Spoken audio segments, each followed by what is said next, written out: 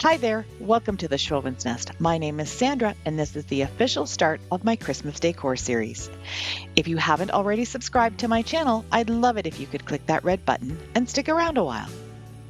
Today's video is all about taking someone else's trash and creating your own treasure. I'm starting off with this dartboard that I got for $5.99 at the thrift store. I'm going to give the back of the dartboard a couple of coats of my DIY white chalk paint. And this is just acrylic paint from the dollar store and some talc. And I do have the talc that I use listed in my Amazon storefront, and the link will be down in my description box. I'd like this line to have a little bit more of a rustic and weathered look. So I'm going to take some burnt umber acrylic paint and a chip brush, and I'm going to just take off as much paint as I can just to give this a dry brush effect. I'm going to go in one direction, just up and down, and it's very lightly. And this is going to give a little bit of the effect of wood grain. And I'm just going to keep going over it until I get the look I like. If you don't like the look of the burnt umber, you can definitely use black or gray or any color that suits your decor. I like to reuse items from projects that I have made previously and create something new with them. If you watched my Christmas in July series, you would have seen that I took two of these Dollar Tree wood pieces, glued them together to make them thicker, and then gave them a really nice wood stain. I did end up putting some pedestal feet on them, but those I just popped off. And now I'm going to take this tree and glue it right to this round. Now I'm going to take three of these wood cutout stars that were also from a different project, and I'm going to glue them together so they have the same thickness as the tree. Here I just checked to see if the thickness was the same, and it was not quite the same, so I decided to add the third star too. I'm going to take a brush that was already sitting in some water, so there's a little bit of moisture on it, and I'm going to dunk it into this folk art home decor chalk paint in the color Pioneer Red. I'm just going to give this a beautiful rustic stain, and then I'm going to glue it on top of the tree.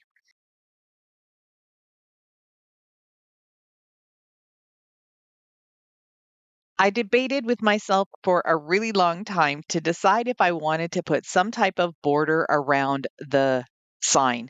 And I decided to go with some jute rope because I just really love the rustic look. I'm just going to put one layer all the way around, just using hot glue. And this is just dollar store jute rope. To create a hanger for the sign, I took a piece of jute rope, I tied a knot in each of the ends, and that's what I'm going to use to glue onto the sign. It's going to just give it a lot more surface to hang onto. You could definitely use a staple gun or even nail it in a little bit or use a totally different type of hanger for this. I just really liked the rustic look of the jute rope. Here's how it turned out.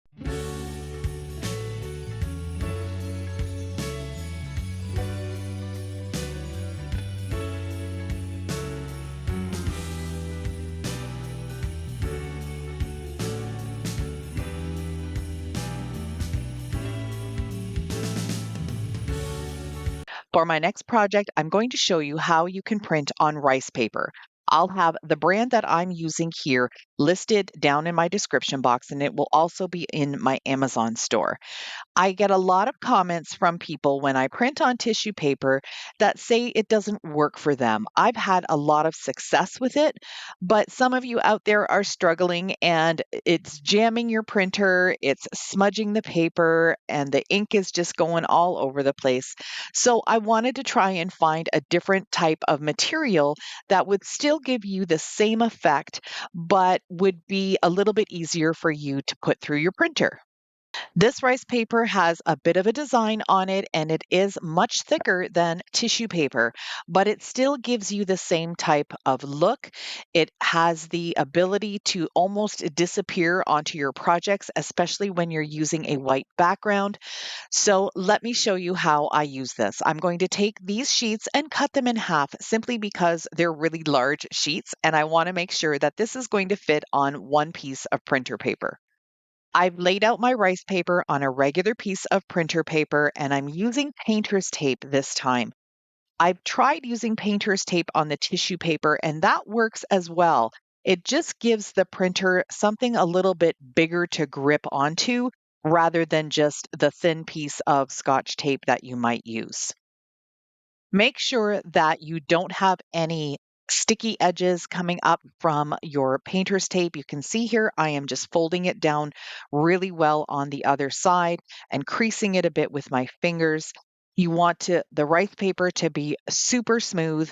So just take your time putting this all together and it will definitely work for you. I hope this time.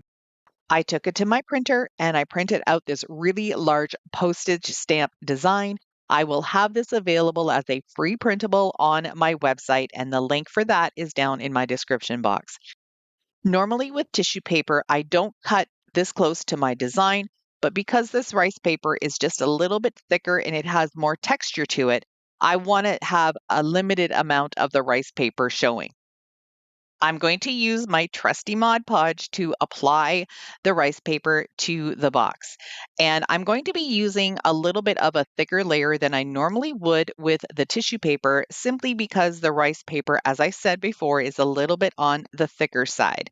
It's not hugely thick. You'll find out when you buy some. It's just, I wanted to be sure that it was going to stick properly.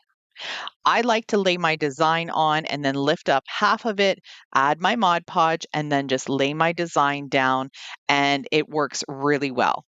I did notice that when I used my fingers to spread this down, I did smudge the ink a little wee bit. So I would probably maybe seal my ink in with either just some hairspray or a sealer from Rust-Oleum. I use a matte sealer for most of my projects, but you just have to be careful. I would suggest maybe not using your fingers to spread it down. Maybe use a brayer or a spatula or something else besides your fingers, because they can be a little oily. And if you get a little bit of Mod Podge on your fingers, that's definitely going to pull off some of the ink. I wanted to give this mailbox a little bit of an enamel look. So I'm just taking my foam brush, I've dipped it in some black paint, and I'm just going to go around the edges. And it's not going to be 100% perfect. It's just going to kind of be a little bit of a distressed look to it. I'll do all the corners and all of the edges. Once that was dry, I found an old metal handle in my stash. I'm going to first just use a little bit of hot glue to hold it in place. And then I've got some furniture tacks that I'm just going to nail down into the holes, and that is just going to hold it there perfectly. It's not going to be lifted up for anything. This is a decor piece, so I'm sure this will be just fine. I love how this turned out, and here's how it looks all styled up.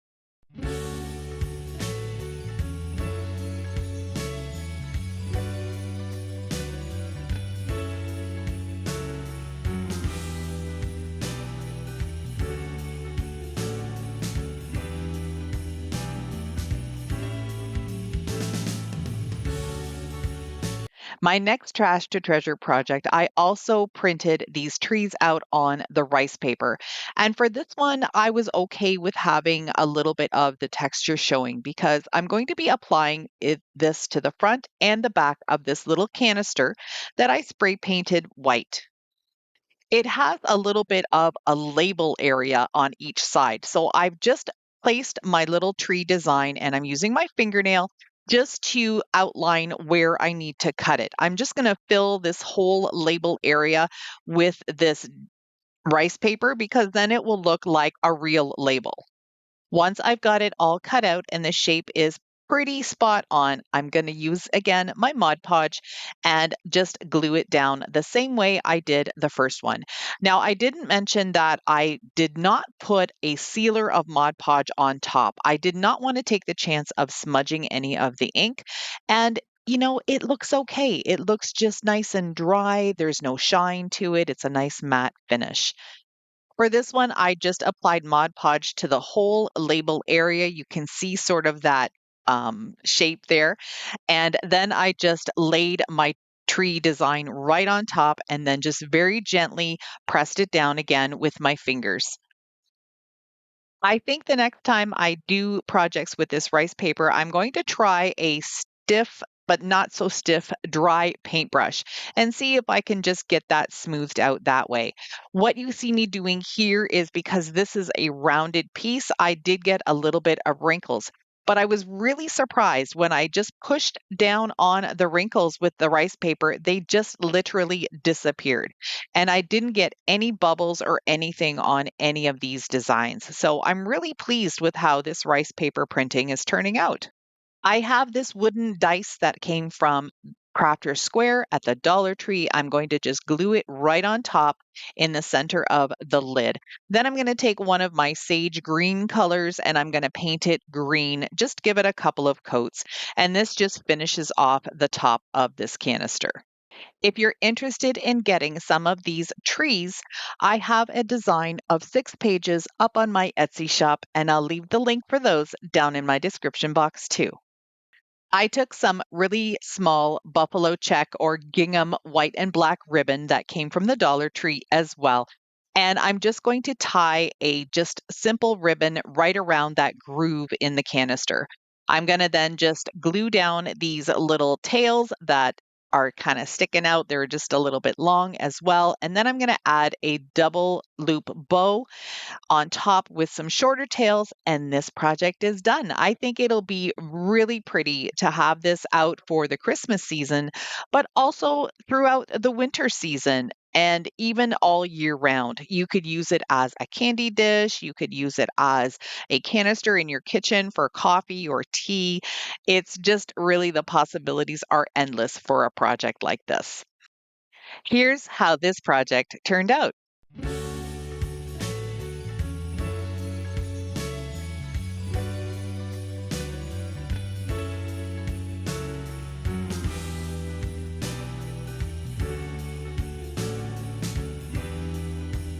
I got this little wooden frame piece at a thrift store for 50 cents, and I thought it would be perfect to leave it the same color that it is, the natural wood, really nice and rustic, but I wanted to give it a tiny little pop of color.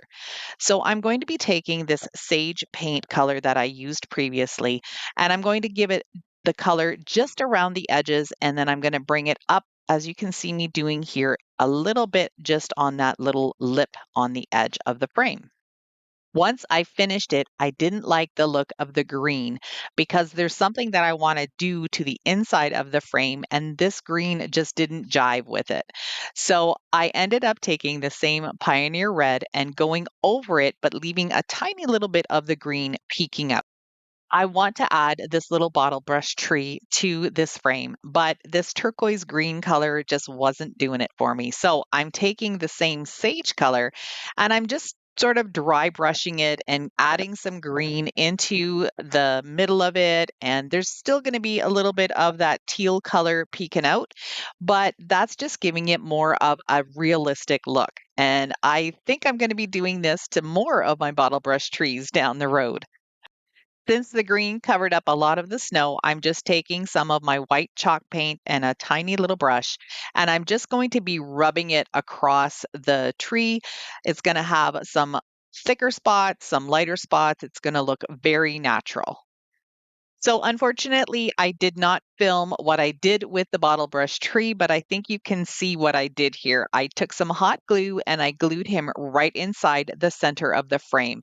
And I really love how it looked just natural like that. But then I decided to take these letters that spell out the word joy and give them a stain with the Pioneer Red. I'm not sure I like how it turned out. I think I would have preferred to just leave it plain. You guys let me know what you think, if I should have just left the letters off of it or if you like it with the letters. I'm sure I'm going to get all sorts of different comments about that because everybody's taste is totally different. But I think I pretty much preferred it plain. I also realized after the fact when I had glued everything down that the Y is a different size than the J and the O. So I think this is probably going to get popped off, or I'll have to at least trim down the Y. But if you think it looks kind of whimsical with the different funky letters, let me know that too.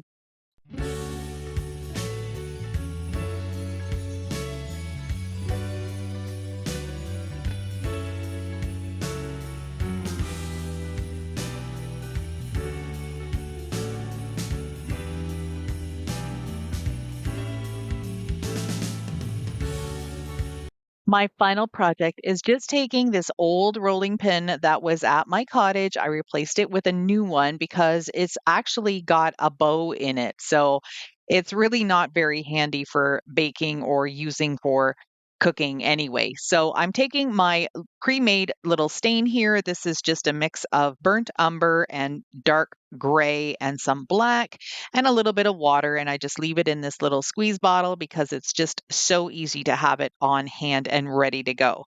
So I'm going to just cover all of this and then I'm just going to wipe it back just to dry it off. Now, some of you may say, why are you going to be painting those handles? That one is really worn off and looks really rustic, but the other one still had a lot of paint on it. So I thought I'm going to take this Pioneer Red one more time and just go over it. It's not going to be a perfect coat, but I wanted each of them to look the same. And I really like the look of it. I love how they turned out. This rustic red is just perfect for the holidays. The only other thing that I'm going to do to this rolling pin is create a messy bow with all of these ribbons that you see here. I love buffalo check and gingham, and I just thought I would add a little bit of a burlap look too, just to bring out some of the wood features of the rolling pin. I'm going to just tie this onto the rolling pin handle, and then I'm going to glue some greenery on top of it and a few little pine cones, and this project is done. I really love the rustic look of it. I painted the handles, but they still look old. So let me know what you think of this project.